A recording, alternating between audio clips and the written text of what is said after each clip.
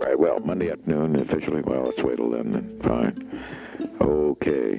Nothing else of interest in the world Yes, today? sir. Very significant, this goddamn New York Times expose of the most highly classified documents of the war. Oh, that. I see. I didn't read the story, but you mean that was leaked out of the Pentagon?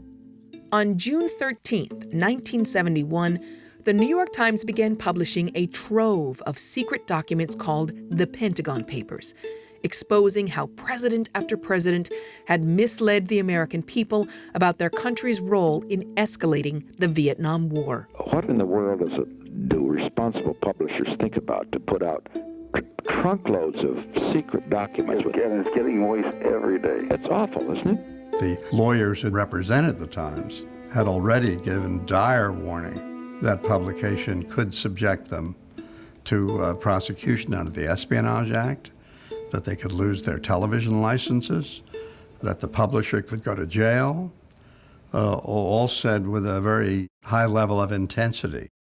But the Times refused to stop publication, saying the American people had the right to know the hidden calculations behind the war. Nixon turned to the courts to stop them. Right to know. That's, of course, a goddamn code word, right to know. The public has no right to know secret documents. What the Times has done is placed itself above the law. It was very unusual for the government to go to court to try to stop publication of anything. But the idea of the government going to court with respect to an ongoing news story was all but unknown. For Nixon, the case was about more than stopping a leak. He wanted to undercut the press. Let's make something out of it. An opportunity. This issue must... Listen, the New York Times, believe me, the New York Times can be discredited for indefinitely as a result of this. In fact, I'm going to. There's more at stake in this debate than one newspaper series or even one major breach of security. Sooner or later, we can expect this issue to come before the Supreme Court, and the question there will be the role of the press in a democracy. The answer came quickly, in a 6-3 ruling that affirmed the Times' right to publish the classified reports. Citing the need for checks on government power, the justices said that the Nixon administration had failed to prove that the release would cause any imminent harm. It was very embarrassing for President Nixon to have gone to court and lost, and have the Supreme Court write an opinion vindicating the press that he hated so much. But Nixon wasn't finished. I just say that we've got to keep our eye on the main ball. The main ball's Ellsberg. We got to get this son of a bitch. Using a World War I statute meant to punish spies, Nixon's Justice Department indicted Daniel Ellsberg, the military analyst responsible for leaking the Pentagon Papers to the Times. I was tried for a violation of what is commonly described as the Espionage Act because it's usually used for espionage. But I was tried under it for a non-espionage offense. Unlike a spy, Ellsberg's intention was not to help a foreign government. He wanted to reveal the truth about the Vietnam War to the American people.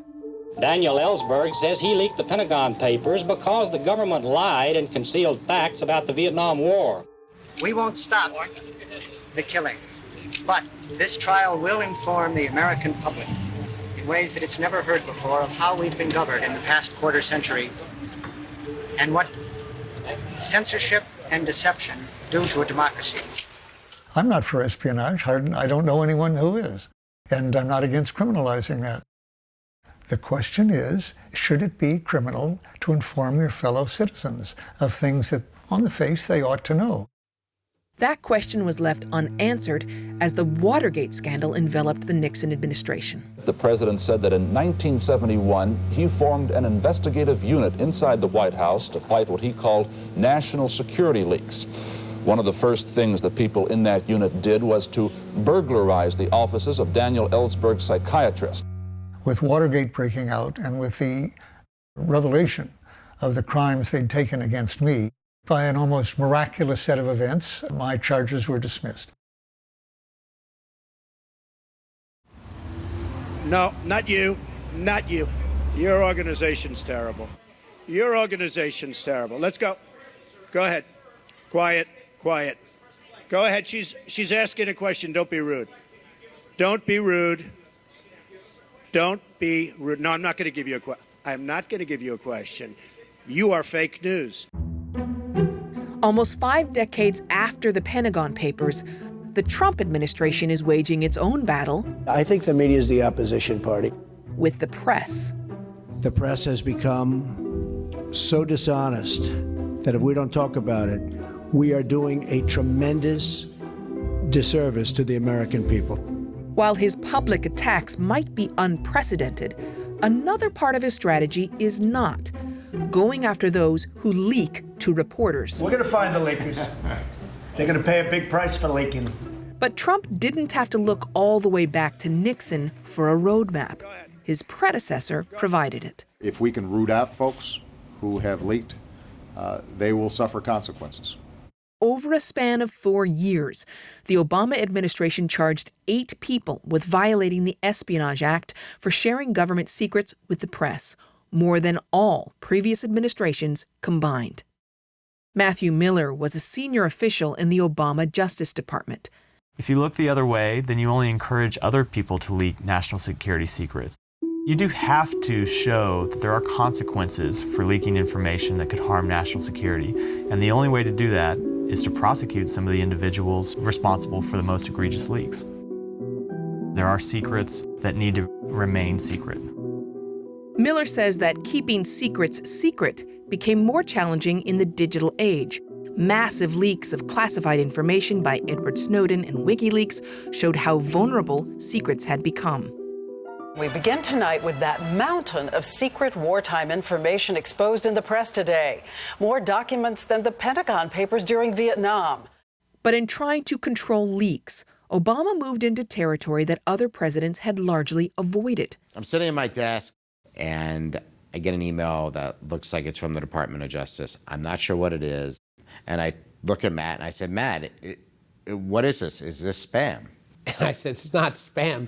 The government just took our phone records. In May of 2013, former Associated Press reporters Matt Apuzzo and Adam Goldman learned that the government had seized their phone records during an investigation into who leaked details of a CIA operation in Yemen. The dragnet scooped up records from phones used by more than 100 reporters and editors. One thing we heard again and again from prosecutors was, well, of course we took the phone records for your editors and your colleagues and your bureaus and swept everybody up, because that's exactly how we would investigate a gang. Well, we're not a gang. We're a newsroom, and the right to deal drugs isn't in the Constitution. So there should be a recognition that what happens in the news gathering process is a little different. It felt like it was just an investigation intended to send the message, don't talk to reporters. Yeah. It had the desired effect. In the case of a classified leak to Fox News, the Obama Justice Department went so far as to imply that correspondent James Rosen, because of his reporting, could be charged with the crime. In court papers, an FBI agent said Rosen asked, solicited, and encouraged a source to give him sensitive information about North Korea, and that he was a possible co-conspirator for violations of the Espionage Act.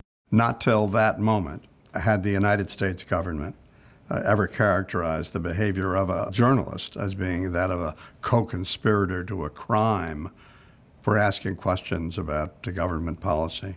That the Obama Holder Justice Department... Rosen was never charged.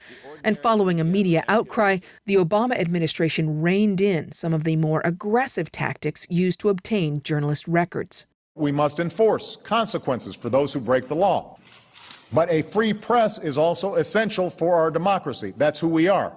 And I'm troubled by the possibility that leak investigations may chill the investigative journalism that holds government accountable.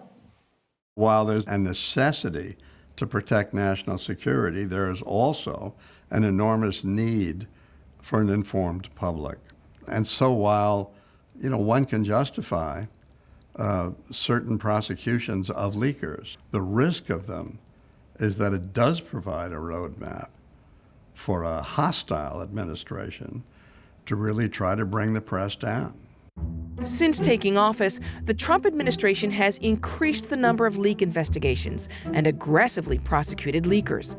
At least 5 people have been indicted under the Espionage Act, including Julian Assange. The U.S. leveling more than a dozen new charges against WikiLeaks founder Julian Assange. But this is only one way the current president has worked to change the public narrative of his administration. Fake, disgusting news. And just remember, what you're seeing and what you're reading is not what's happening. And I'll tell you, I think in this day and age, the value of the unofficial story, the story that has not been sanctioned by the government, that value is greater than it's ever been. Having lived through the Nixon administration, Daniel Ellsberg says it's critical that no president is given the power to dictate the truth. Can you really have democracy in a real sense, with the government having the final voice and the total voice as to what citizens shall know about what they're doing and whether they're telling the truth and whether they're obeying the law? I would say no. If they have the last word, and if citizens can only know what the government tells them, it's a mockery of a democracy.